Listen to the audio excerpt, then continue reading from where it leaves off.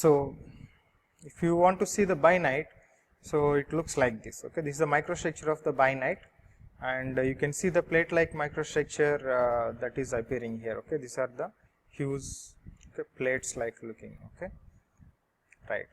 So coming back to the other heat treatment process, okay, which is more important again because of because of the importance of martensite. Okay, so basically this heat treatment is basically intended to get martensite, okay, at the end of the heat treatment. Okay, so the same, it is very similar to your ash tempering, where you are actually getting bainite from the austenite, but in this particular case you get martensite, okay, from the austenite. Okay, so how you do this? You have the same TTT diagram here, and you have the nose temperature. Above nose temperature, if you stop here and cool it, you get perlite here, right? But if you cool it below nose temperature and go to the right side, that is at this constant temperature, if you leave it, with time you get bainite in this place. But if you go even further low temperatures, that means at a very fast cooling rate, instantly bring it to such a low temperatures, okay, okay, just above this line, okay, you can bring it, and okay, and then further from this place you can slowly cool it in air or something like that, okay, either in air or in oil, so that it comes to the room temperature. In such cases, what you will have? Austenite to martensitic transformation. You see the starting of martensite here and ending of martensite transformation. So I repeat, take the austenite and bring it suddenly to just above the temperature of martensitic line, and then leave it there and let it cool in air or oil.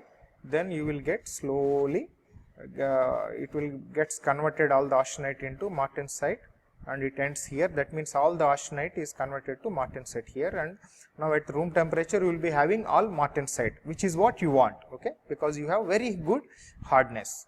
Okay, now you may ask me, what are these two lines? Okay, one is surface, the other one is center. Okay, if you take any sample physically, you have the surface and you have the internal core, right? And typically, if you suddenly bring from very high temperature this sample to low temperature, the surface will react first, right? Surface can readily come to low temperature, but the internal core of the sample may take some time. That is why you see it is deviating the line, okay, and finally it is attaining the equilibrium given some time, okay. But finally, once you achieve the entire sample at this temperature and let it cool down slowly in air or oil, so that you get martensite. Okay. Now, what is the important thing here? Okay, one thing is you are getting martensite, okay, because you want to increase the hardness of the material.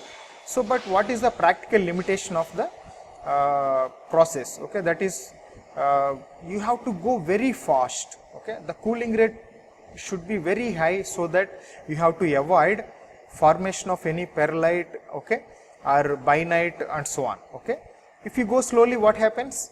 Slowly comes here and you get either bainite or perlite, which are soft, relatively soft pages, and you don't want that. So the practical difficulty here is going from here to here at a very fast rate. Okay. Now how to make it easy? Can I make coming from here to here easy? Okay. Can we move these, okay, perlite or bainite formation lines little right side, so that I can go little slowly and still get martensite?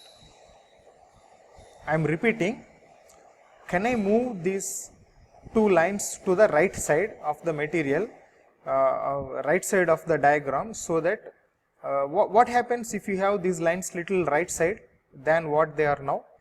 That means you have more space here. That means you can go little slowly, even then you can get martensite but not bainite. Now what is happening?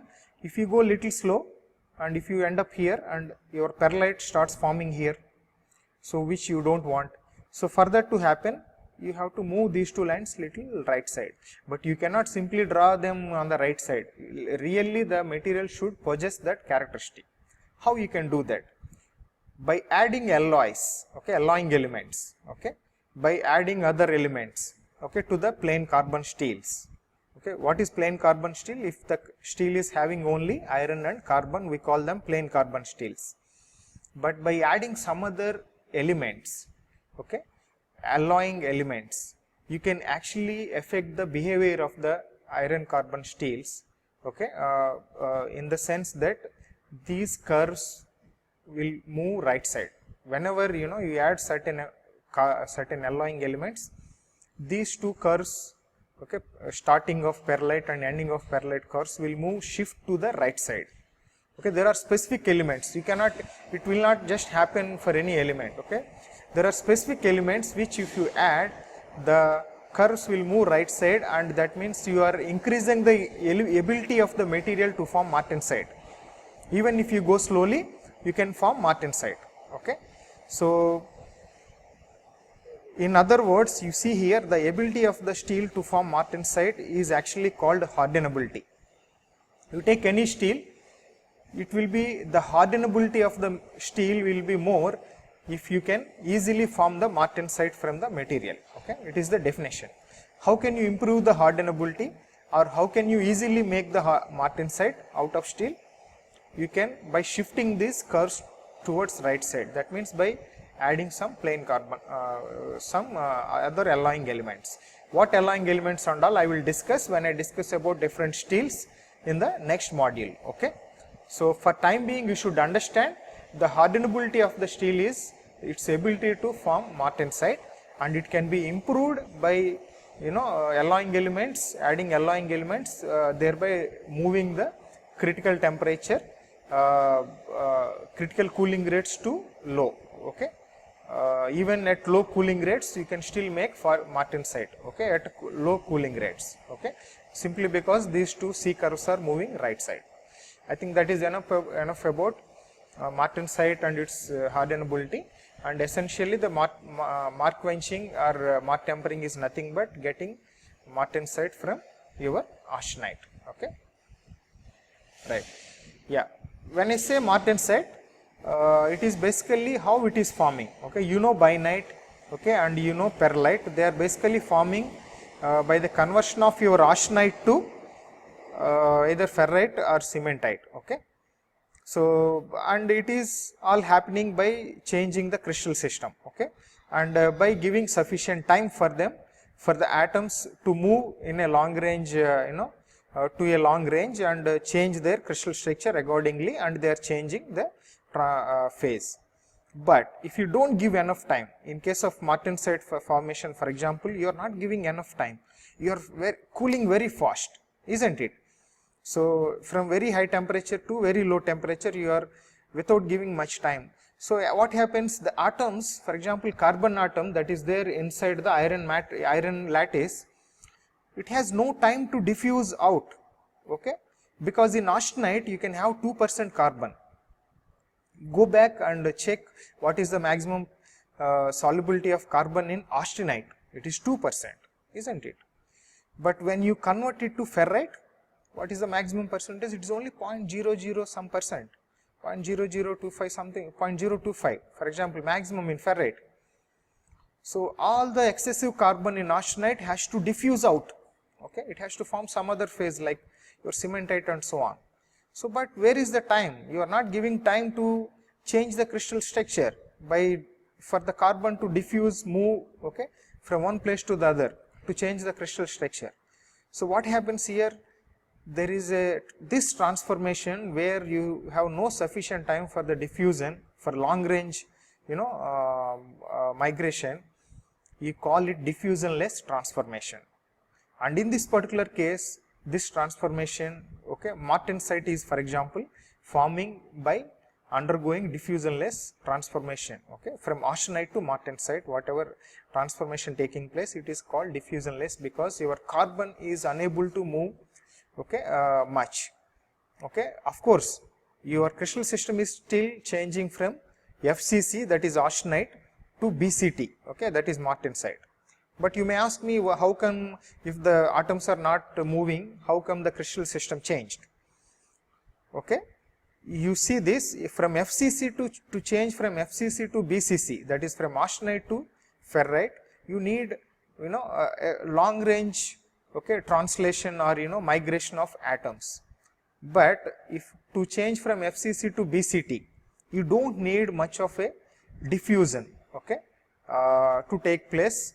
Enough if you have little coordinated movement of atoms, little bit movement of atoms, so that you can easily form BCT from FCC. That is what is happening here.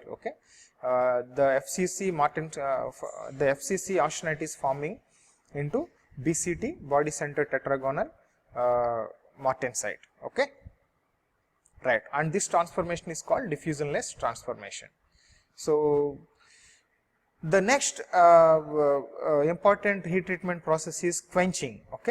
And I mentioned quenching and tempering together because typically whenever we do quenching operation, we typically do follow it by tempering, conducting a tempering operation. Let us see what each one. Quenching, you already know, is a rapid cooling process. Typically you take the material at a very high temperature, bring it from the furnace and put it in a liquid at relatively very low temperatures. So what happens? The cooling rate is very high. For example, if you put it in air, the cooling rate is relatively slow. If you put it in furnace, leave it in furnace, cooling rate is even slower, right?